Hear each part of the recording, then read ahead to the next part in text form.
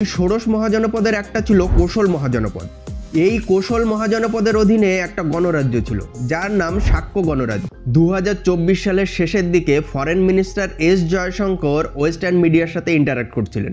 তখন তিনি বলেন যে ভারত পৃথিবীকে যুদ্ধ দেয়নি, বরং বুদ্ধ দিয়েছে। তিনি বুদ্ধকে ভারতীয় কেন বললেন, এটা নিয়ে নেপালে পাবলিক প্রোটেস্ট হয়। নেপাল সরকার অফিসিয়ালি এটার বিরোধিতা করে। তাহলে কি বুদ্ধ ভারতীয় ছিলেন না? গৌতম বুদ্ধের জন্ম হয় এই জায়গায়। এই জায়গাটার নাম লুম্বিনী, যেটা বর্তমান নেপালে অবস্থিত। কিন্তু তিনি বৌদ্ধত্বপ্রাপ্ত হন বোধগয়াতে, যেটা বর্তমান বিহারে অবস্থিত। তিনি তার প্রথম প্রবচন দেন সারনাথে, যেটাকে ধম্মচক্র প্রবর্তন বলে। এই সারনাথ কোথায়? সারনাথ বর্তমান উত্তরপ্রদেশে। বুদ্ধের মৃত্যুকে মহাপরিনির্বাণ বলে।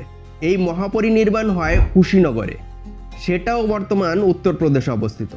তো যদিও গৌতম বুদ্ধের জন্ম হয়েছে নেপালে, কিন্তু তার কর্মের স্থান ভারত। আর তার থেকেও বড় কথা, তখন না ছিল নেপাল, না ছিল ভারত। পুরো উপমহাদেশ অনেকগুলো মহাজনপদে বিভক্ত ছিল। আমরা অনেকেই ষোড়শ মহাজনপদের নাম শুনেছি। এই ষোড়শ মহাজনপদের একটা ছিল কোশল মহাজনপদ। এই কোশল মহাজনপদের অধীনে একটা গণরাজ্য ছিল যার নাম শাক্য গণরাজ্য, যেটা বর্তমান বিহার এবং নেপালের কিছু অঞ্চল মিলে গঠিত হয়েছিল। এই শাক্য গণরাজ্যেই বুদ্ধের জন্ম হয়েছিল। তো বুদ্ধের যে হিস্ট্রি, সেটা শেয়ার্ড হিস্ট্রি। সেটা নেপাল এবং ভারত উভয়ের সাথেই যুক্ত। কোনো এক দেশের সেটার উপর একক অধিকার নেই। ভারত সরকারের পক্ষ থেকে মিনিস্ট্রি অফ এক্সটার্নাল অ্যাফেয়ার্স যে অফিসিয়াল ক্লারিফিকেশন দিয়েছে, সেখানেও এটাই বলা হয়েছে যে বুদ্ধের হিস্ট্রি শেয়ার্ড হিস্ট্রি এবং যার উপর ভারত এবং নেপাল উভয়েরই অধিকার আছে। কিন্তু প্রশ্ন হচ্ছে, নেপাল বুদ্ধকে নিয়ে এত প্রোটেক্টিভ কেন? এর মূলত দুটো কারণ আছে। একটা হলো প্রাইড। বর্তমান পৃথিবীতে বুদ্ধ অসম্ভবভাবে রিলেভেন্ট। পৃথিবী যখন বিভিন্ন রকমের ভায়োলেন্স আর যুদ্ধে বিধ্বস্ত, বুদ্ধ তখন শান্তির কথা বলেন। চারিদিকে যখন এক্সট্রিমিটি, এটাই একমাত্র সত্য বলে চাপিয়ে দেওয়ার প্রবণতা, বুদ্ধ তখন মিডিল পাথ ফলো করতে বলেন।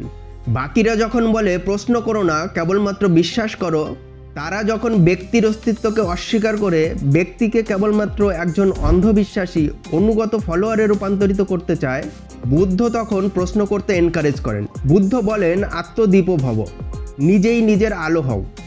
কাউকে ফলো করার দরকার নেই, কোনো বই, কোনো গুরু, কোনো মেসেঞ্জার, কাউকে না, বরং নিজে জ্ঞান অর্জন করো। সেটাই মুক্তির উপায়। নেপাল এই জ্ঞানের উত্তরাধিকার চায়। নিজেকে বুদ্ধের সাথে যুক্ত করার যে গর্ব, নেপাল সেটাকে অনুভব করতে চায়। শুধু নেপাল নয়, ভারতও সেটা চায়।